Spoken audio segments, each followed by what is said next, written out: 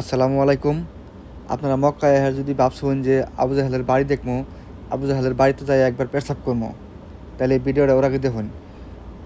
বিভিন্ন দেশ থেকে যে হাজিরা আহে, ইন্ডিয়া, বাংলাদেশ, পাকিস্তান, তারা কিন্তু মানে ওই জায়গাটা বিছরে পায় না। তো কোন দিকে কোন জানাকবো, এই ভিডিওটা ওরা দেখুন, তাই বুঝবেন।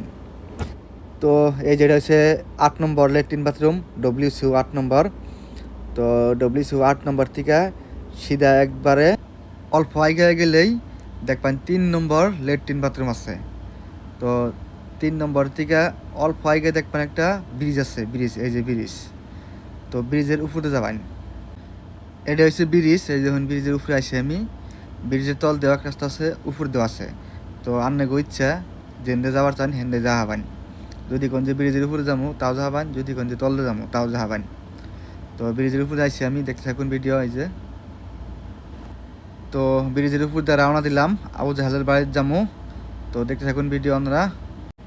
ব্রিজ থেকে নামলাম, নাইমা অল্প দূর গেলেই দেখবেন মানে এই যে রয়েছে নবীজির বাড়ি, নবীজির বাড়ির বুকলেই। তো দেখতে থাকুন ভিডিও, ডাইরেক্ট ভিতরে যাবো আবু জাহেলের বাড়ির। এই জায়গায় পাইছি, এটা হচ্ছে আবু জাহেলের বাড়ি। এই দেখুন ভিতরে যাবো, দেখুন ভিতরে কীরকম। আর ভিডিওটা সবাই শেয়ার করে দিবেন, লাইক করে দিবেন।